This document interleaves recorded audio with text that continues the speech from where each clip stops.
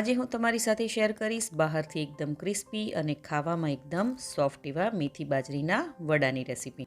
આ વડા ખાવામાં જેટલા ટેસ્ટી છે તેની સાથે સાથે તે 5 થી 6 દિવસ સુધી ખરાબ પણ નથી થતા અને તમે આ વડાને સફરમાં એટલે કે મુસાફરીમાં તમે તેને સાથે લઈ પણ જઈ શકો છો અને બાળકોના લંચ બોક્સમાં પણ તમે આપી શકો છો। તો ચાલો રેસીપી શરૂ કરીએ। નવી રેસીપી શીખવા માટે મારી ચેનલને સબસ્ક્રાઈબ કરજો અને બાજુમાં આપેલા બેલ આઇકોનને જરૂરથી પ્રેસ કરજો એટલે નવી રેસીપીના નોટિફિકેશન સૌથી પહેલાં તમને મળે। તેના માટે મેં અહીં 1 કપ જેટલી મેથી લીધી છે। આ મેથીના મેં માત્ર પાન જ લીધા છે અને તેને મેં સારી રીતે ધોઈ લીધા છે અને તેને મેં ઝીણા ઝીણા સુધારી પણ લીધા છે। હવે મેં અહીં 1 કપ જેટલો બાજરીનો લોટ લીધો છે। હું અહીં 3 થી 4 લોકો માટે આ વડા બનાવી રહી છું। તો બાજરીના લોટની ક્વોન્ટિટી તમે વધારે કે ઓછી પણ કરી શકો છો। હવે અહીં તેની સાથે મેં 1/3 કપ જેટલો ઘઉંનો લોટ લીધો છે, જેનાથી આપણે રોટલી બનાવી છે ને તે જ લોટનો આપણે ઉપયોગ કરવાનો છે। માત્ર તમારે એ વાતનું ધ્યાન રાખવાનું કે આપણે ઘઉંનો કરકરો લોટ નથી લેવાનો। હવે આપણે તેમાં બધા મસાલા કરી દઈએ। અડધી ટીસ્પૂન હળદર પાવડર, 1 ટેબલસ્પૂન જેટલું લાલ મરચું પાવડર, 1 ટેબલસ્પૂન જેટલું ધાણા જીરું પાવડર, 1 ચપટી હિંગ, મીઠું સ્વાદ અનુસાર, 1 ટેબલસ્પૂન જેટલા સફેદ તલ અને 1 ટેબલસ્પૂન જેટલો આપણે ગોળ એડ કરીશું। અહીં જો તમને ગળપણ ના પસંદ હોય તો તમે તેને સ્કીપ પણ કરી શકો છો। હવે અડધી ટીસ્પૂન જેટલો આપણે અજમો લઈશું અને અજમાને આવી રીતે આપણે હાથમાં લઈ અને તેને મસળીને એડ કરી દઈશું। હવે અહીં ઝીણા સુધારેલા 2 લીલા મરચાં લીધા છે, તેને એડ કરી દઈએ। 1 ટીસ્પૂન જેટલી લસણની પેસ્ટ, 1 ટેબલસ્પૂન જેટલી આદુની પેસ્ટ અને આપણે જે મેથીને ઝીણી સુધારીને રાખી હતી તે બધી જ મેથીને આપણે તેમાં એડ કરી દઈએ। અહીં તમે મેથીનું પ્રમાણ વધારે કે ઘટાડી પણ શકો છો। હવે મેં અહીં અડધો કપ જેટલી ઝીણી સુધારેલી કોથમીર લીધી છે, તેને પણ આપણે એડ કરી દઈએ। કોથમીર એડ કર્યા બાદ આપણે 2 ટેબલસ્પૂન જેટલું તેલ એડ કરીશું અને આ બધી જ વસ્તુને સારી રીતે મિક્સ કરી લઈએ। જ્યારે આ બધી જ વસ્તુ સારી રીતે મિક્સ થઈ જાય ત્યારે આપણે એમાં 1/4 કપ જેટલું દહીં એડ કરીશું। દહીં આપણે અહીં હલકું એવું ખાટું લેવાનું છે। જો તમારી પાસે દહીં ના હોય તો તમે છાશનો ઉપયોગ પણ કરી શકો છો અને તેની સાથે આપણે 1/4 ટીસ્પૂન જેટલો બેકિંગ સોડા એટલે કે ખાવાનો સોડા એડ કરી દઈશું। સોડા નાખવાથી વડા અંદરથી એકદમ સોફ્ટ બને છે। દહીં અને બેકિંગ સોડા એટલે કે ખાવાનો સોડા આપણે સારી રીતે મિક્સ કરી દઈએ।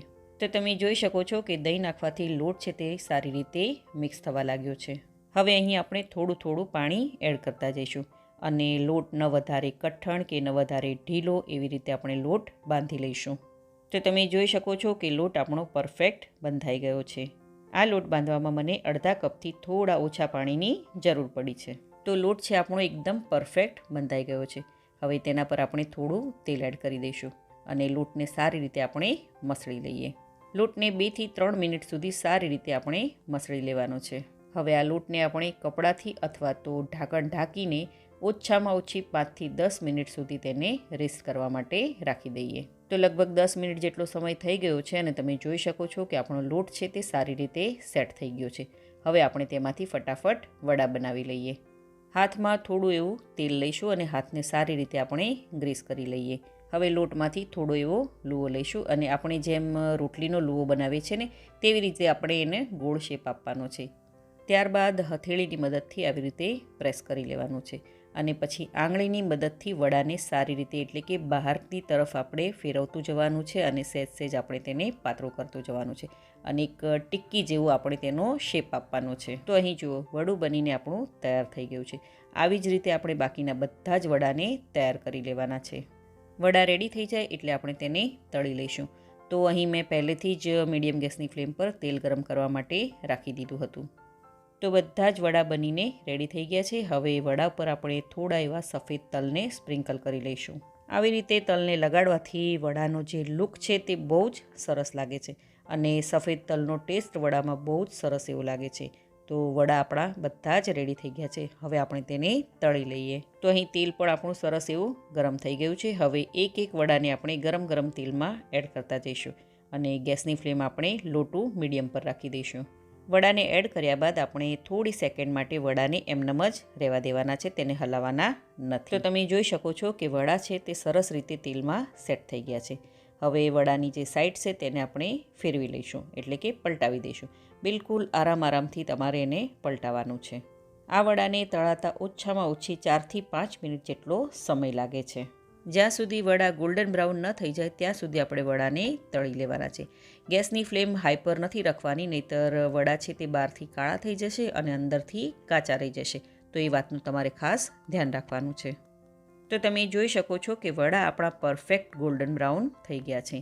હવે આપણે તેને ટિશ્યુ પેપર પર અથવા તો વાયર રેક પર કાઢી લઈશું, તેથી એક્સ્ટ્રા ઓઇલ છે તે એબ્ઝોર્બ થઈ જાય. અને આવી જ રીતે આપણે બધા જ વડાને ફ્રાય કરી લેવાના છે.